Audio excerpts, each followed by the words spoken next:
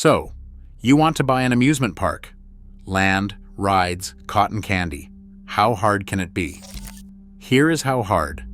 In 2025, Six Flags, the largest regional theme park operator in North America, lost more than $1.2 billion. That same year, over in Orlando, Disney's theme park division quietly posted a record $10 billion in profit. Same industry, same screaming children, same overpriced churro. One of them is bleeding out. The other is printing money. By the end of this video, you'll know exactly which tier you want to be in. Walt Disney built the first modern theme park, Disneyland, on a stretch of Anaheim orange groves in 1955 for $17 million. Adjusted for inflation, that is still under $200 million, a rounding error today, mostly because Walt invented the entire category as he went, and there was nobody around yet to overcharge him for it. You will not get that deal. Disneyland Paris cost $4.4 billion. Hong Kong Disneyland, $3.5 billion. Shanghai Disney Resort, opened in 2016, $5.5 billion. And in May 2025, Comcast opened Epic Universe in Orlando, the first major new American theme park in more than 2 decades.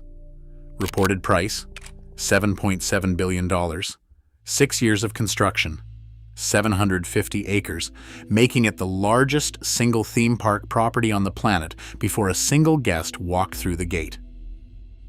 That's one way in.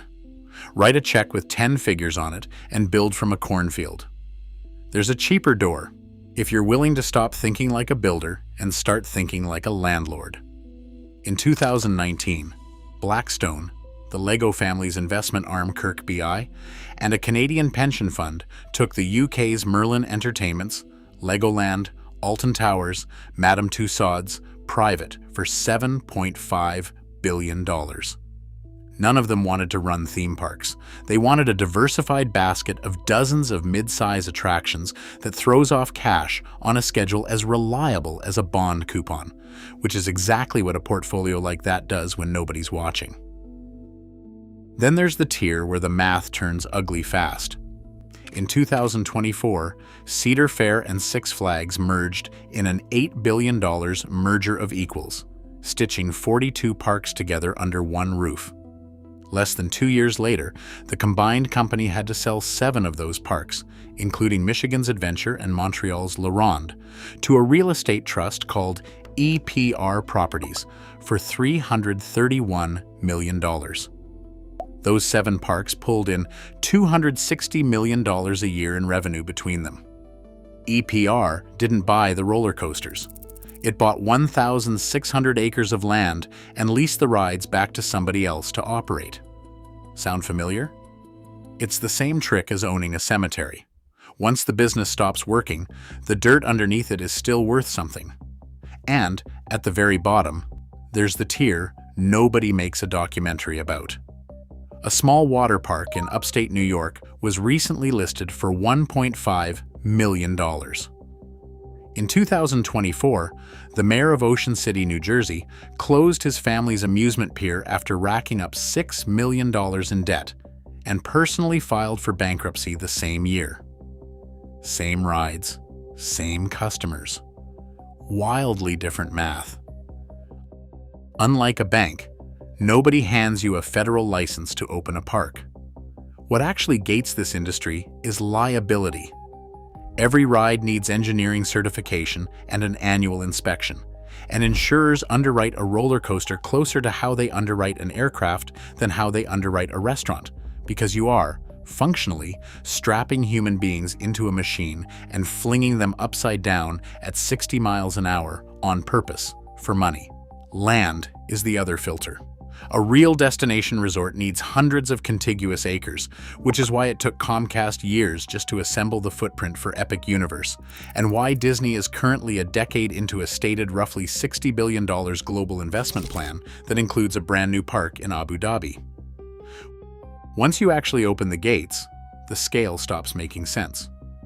According to the 2024 T Global Experience Index, Magic Kingdom in Florida was, for the 19th year running, the single most visited theme park on Earth. 17.84 million guests in 1 year, an average of more than 48,800 people through the gate every single day. Disneyland in California came second at 17.34 million. Add up the top 25 parks worldwide, and you get almost 246 million visits in 2024 alone, roughly the population of Pakistan, funneled through turnstiles instead of a census. To move that many people, you will need staff, and Walt Disney World alone employs about 80,000 of them. Cast members, if you are using the company's preferred word for employee, making it the single largest employer at one physical location anywhere in the United States, ahead of any hospital, university, or military base you can name. The resort covers roughly 25,000 acres, about the size of Manhattan and Brooklyn combined, with its own fire department, its own water treatment plant, its own bus network, and grounds crews who mow a documented 450,000 miles of turf a year. You did not buy a park. You bought a small, extremely well-themed nation-state, and somebody still has to cut the grass. Here's the part that surprises people. At a real destination resort, the ticket is bait, not the business. Disney's Experiences division, parks, resorts, cruises, and merchandise combined, pulled in $36.16 billion in revenue in fiscal 2025 and a record $10 billion in operating profit. That division made up only 38% of Disney's total company revenue, but generated 71% of its total operating income. The movies and the streaming shows exist, in a very real sense, to make you want to walk through that gate. Once you are inside, the actual business starts. Hotel rooms, parking, food, character merchandise, and a paid pass to skip the line you would otherwise be standing in for 90 minutes. The industry has a name for this: pure cap spending. Everything a guest spends beyond the ticket. It's the number you actually obsess over as an operator, because attendance swings with the economy. But pure cap is the lever you can pull yourself. When Six Flags saw attendance at its legacy parks drop by roughly a quarter, guest spending climbed from about $52.40 to about $63.93 a head, and it still was not enough to cover the empty seats. That's the whole model in one sentence. A theme park is a machine with enormous fixed costs and almost no cost per additional guest, so your profit lives entirely in how full you keep the machine and how much you squeeze out of each body inside it before it leaves. Almost every theme park disaster of the last 50 years traces back to one of two mistakes, and they're worth knowing before you sign anything. Mistake 1: treating safety as a line item instead of the actual product. The textbook case is Action Park in Vernon, New Jersey, which ran from 1978 to 1996 on the philosophy that guests should control their own thrill level, with minimal staff getting in the way. Locals called it Class Action Park and Traction Park, and not affectionately. Between 1978 and 1996, 6 confirmed deaths were linked to the park, including 3 drownings in a wave pool so dangerous, lifeguards reportedly pulled 30 people out of the water on an average day. When the family of the park's first fatality, a 19-year-old killed on the Alpine slide in 1980, tried to sue, they discovered the owner had reportedly arranged his liability insurance through a shell company in the Cayman Islands. The family settled for a fraction of what the claim should have paid. The rides that killed people stayed open for years afterward. Mistake 2: financing a seasonal, weather-dependent business like it's a tech company. This is exactly what caught up with the new Six Flags. The 2024 merger loaded the combined company with debt on the assumption that attendance would snap straight back to pre-pandemic levels.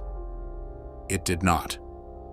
Fixed costs on 42 parks kept compounding through every rainy Saturday and every dead February regardless.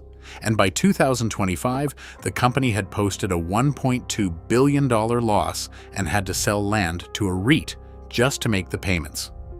A theme park has maybe 16 to 20 profitable weeks a year in most climates.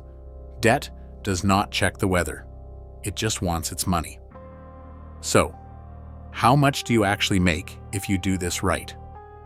Option 1. A small regional park. Something like $10 to $20 million to acquire. A few 100,000 guests a year. Thin single-digit margins after a short season. Insurance and debt service eating whatever's left. Most of these survive on the value of the land under them more than the rides on top of it, which is exactly why struggling operators keep quietly selling the dirt out from under themselves. Option 2. A regional chain at Six Flags scale. Billions in enterprise value, dozens of parks, tens of millions of annual visitors, and a debt load that only works if every single season is a good one. You just watched what happens when it is not. Option 3. A global destination resort at Disney or Universal scale. A multi-billion-dollar build before you open a single gate, but once it's running, tens of millions of visitors captive for days at a time, spending on hotels, food, and merchandise the entire stay. This is the tier that generated $10 billion in profit in a single year for Disney alone, on a division smaller than its media business by revenue, and bigger than all of it combined by what it actually keeps. Same rides, same churros, same screaming children in the same lines. The only real difference is which side of the gate your money sits on, and whether, when the season ends, you're the one who owns the land, or just the one still leasing it back from whoever does.